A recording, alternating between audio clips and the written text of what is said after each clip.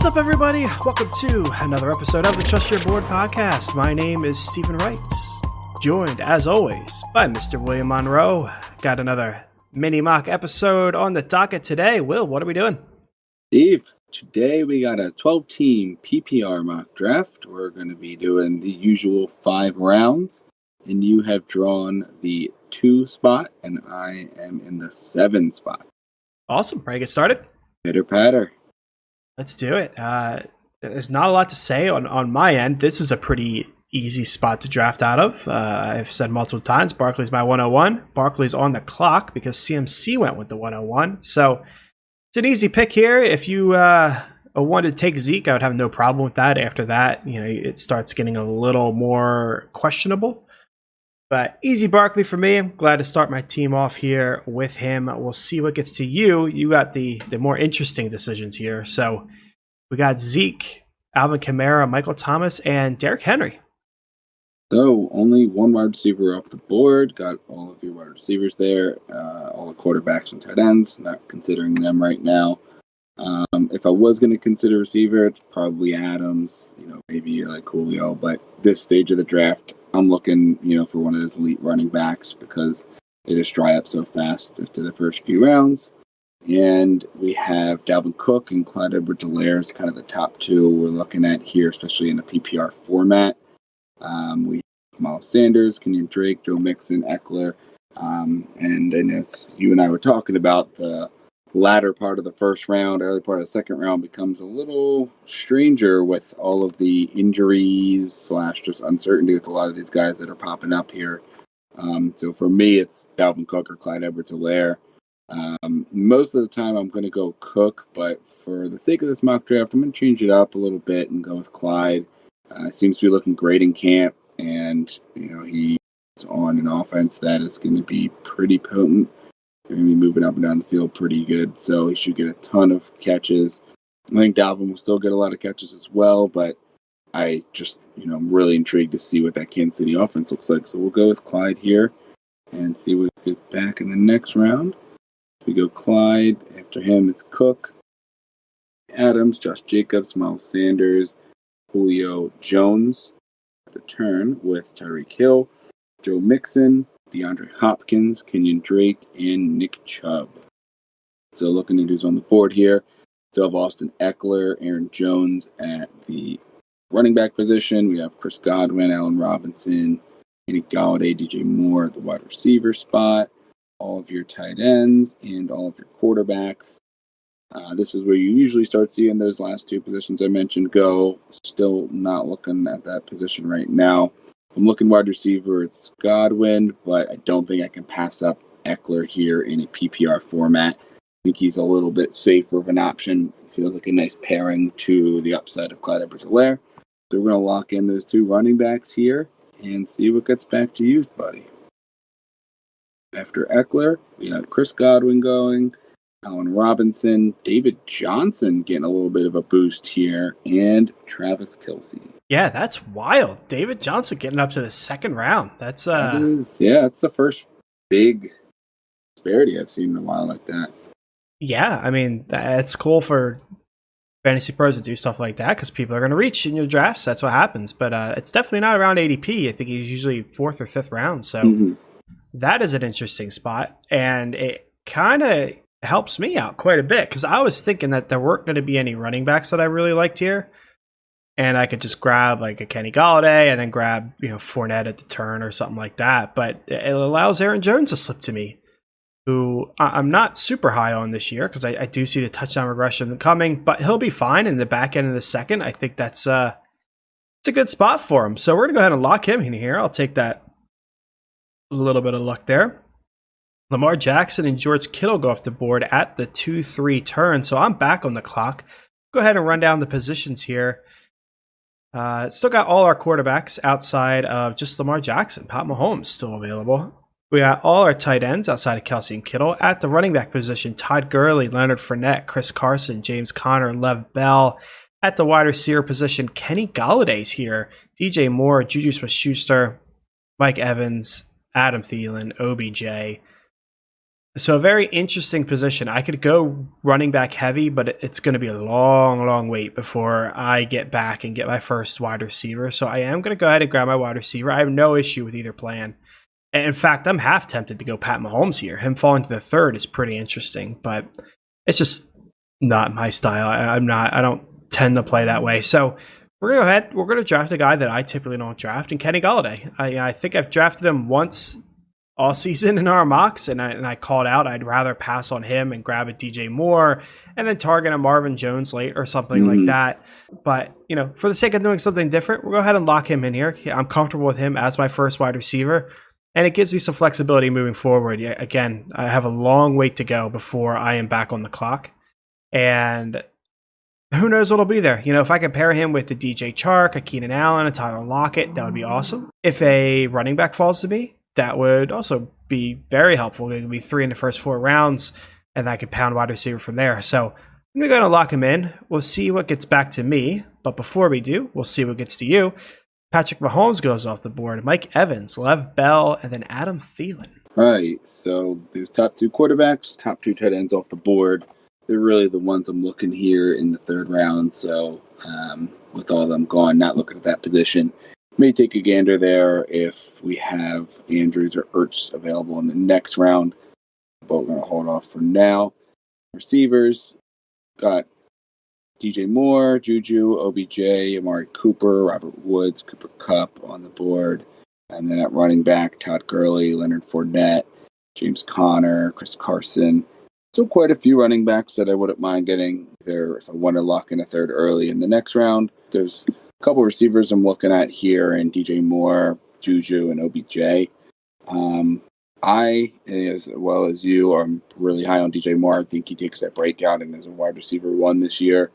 OBJ, a little more risk there, but going with the upside play in the first round at running back, I think I want to go with a little safer option that I think is just going to be peppered in targets, and that's going to be DJ Moore.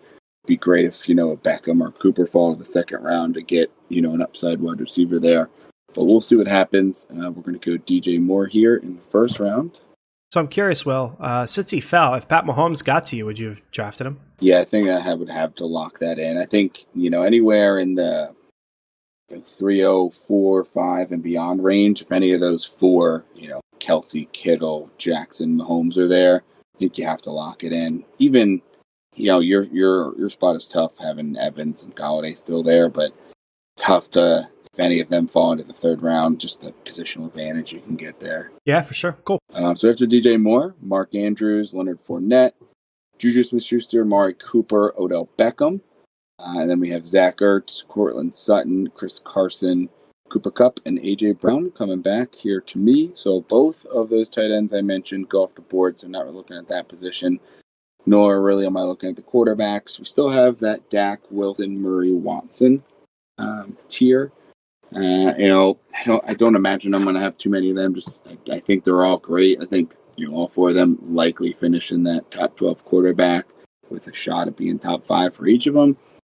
But I think most of them are going to be drafted here in the between the 3rd and the probably 5th round.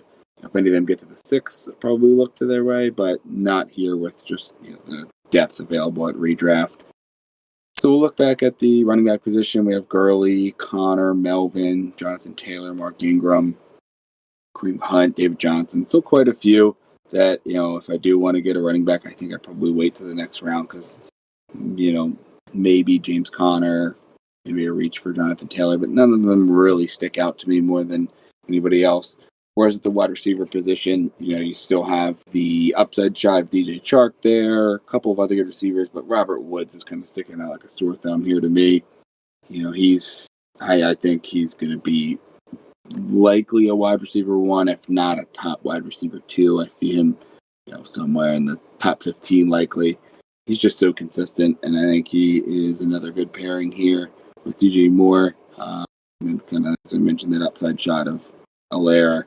If I do take him in a draft, I'm probably looking for a little more floor options at some of the other top positions here. So we're going to lock in Robert Woods as that wide receiver 2. After Robert Woods goes Todd Gurley, Melvin Gordon, Calvin Ridley, and Jarvis Landry to you. Yeah, this is I probably could have took Mahomes and been pretty happy because I could end up with Chark and Lockett or Chark and Allen or Chark and Terry McLaurin. I got a lot of options here. Metcalf. I still got running backs on the board and James Conner, Jonathan Taylor. So I kind of regret not doing that and just seeing how it played out. I probably should have thought that through a little bit, but it's okay. That's why we mock. Yeah, that is why you mock. You got to play around and figure these things out. So with Kenny Golladay, he's got the upside, but I find that he's pretty safe as well. So I'm going to pair him with somebody that I've been drafting a lot of this year. I just traded for him in our Dynasty League, and that's going to be DJ Chark. He's going to get me plenty of upside. And that's what I want, to pair with a Kenny Golladay who's going to be a pretty stable asset, I think. So we'll lock him in. It's the next pick that I am a little more shaky on as far as what I'm going to be doing. So we'll see what goes off the board, and then we'll talk about that a little bit here. So James Conner goes off the board, and then DK Metcalf. So that really does me no favors.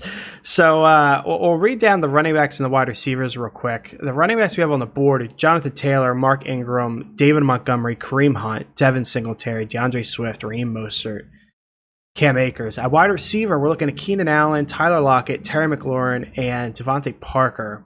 I'm really hesitant to lock in a third wide receiver when I only have 2 running backs, especially when a lot of these running backs are going to be gone. We won't get to the 6th round, but like Jonathan Taylor, Ingram, Montgomery, Hunt, they're not going to be there for sure. Singletary likely won't be either, and I would assume Swift. So I'm looking at this like Mostert, Akers, James White, Rojo kind of a tier, and honestly, a lot of them could be gone too. So I could be stuck with like a Rojo, and that's fine, but it is a little bit worrisome. But on the flip side, it's hard to turn down like a Tyler Lockett or a Terry McLaurin here. I could end up, in my opinion, Tyler Lockett could be a wide receiver 1 this year. I could end up with 3 wide receiver 1s. I like all 3 of these guys. So it's really hard to pass up. I'll play the game and we'll see how the rest of the round plays out. But I'd be kind of worried to do this in reality. But we'll go ahead and we'll lock it in. We'll see what pun intended there.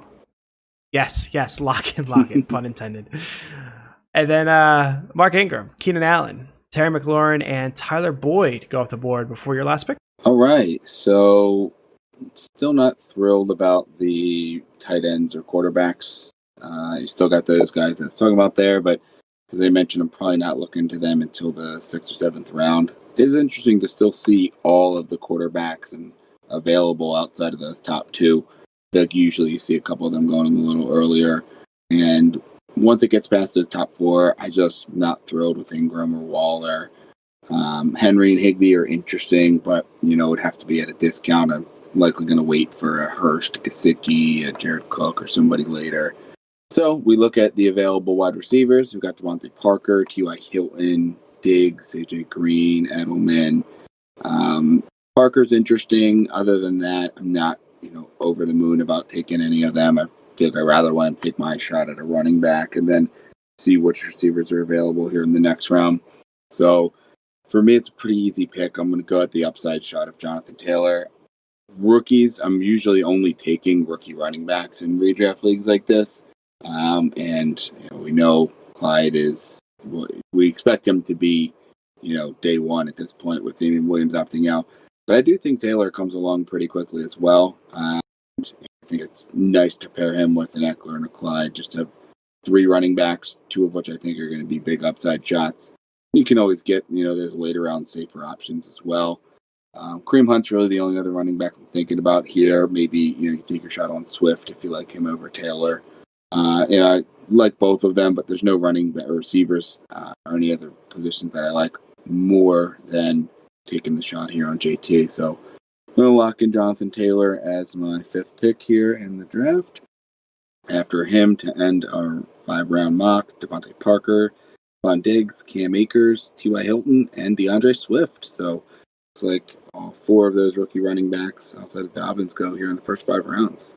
Yeah, I don't know how that would have worked out for me, but we'll go ahead and we'll run down our teams real quick here. So drafting out of the 2 spot, I went with Barkley in the 1st, Aaron Jones in the 2nd, Kenny Golladay, in the 3rd, DJ Chark in the 4th, and Tyler Lockett in the 5th. It's a pretty good team, as I said, kind of risky. But, I locked in 2 solid running backs early. If I could get a Kareem Hunt or a Mostert to fall to me, that would be awesome. But, likely I would probably have to go Ronald Jones here and then maybe go early on like a Jordan Howard, try to lock in a 4th early. And I think I can afford to do that with a Kenny Galladay, DJ Chark, and a Tyler Lockett. And in those rounds where I'm typically trying to get a Marvin Jones, I could turn around and draft another running back. So all in all, I like it. I think it worked out. As long as there isn't a strong running back run here with starting with you going through the team right before me, I think I can make it work. Not bad. What do you think of your team? Nice. I'm pretty happy with the way it turned out. We have Clyde in the 1st round, Eckler in the 2nd round, DJ Moore 3rd round, Robert Woods 4th round, and Jonathan Taylor in the 5th. The only pick, maybe I do over is Cook for CEH. Pretty split there. Push comes to shove, I probably would take Cook over him, but trying to convince myself to take some more Clyde shares because I know if I don't take him in the 1st round, there's unlikely chance I'm going to have too many of him this year. So it's definitely a possibility. Other than that, probably looking for, maybe a safer running back option. Kareem Hunt gets back to me here in the 6th round. Be someone I'd be looking at. Otherwise, probably just looking for maybe one of the safer pass catching guys like Cohen or White in a couple of rounds. And then really just taking upside shots at wide receiver, given that I'm pretty stable with DJ Moore and Robert Woods. So just looking at those, kind of boom players. But yeah, overall, I really like this team. Pretty good positioning here in the 7th round with that PPR format. Awesome. Well, that's going to wrap up today's episode. Tune in tomorrow for another mini mock. In the meantime, trust your board.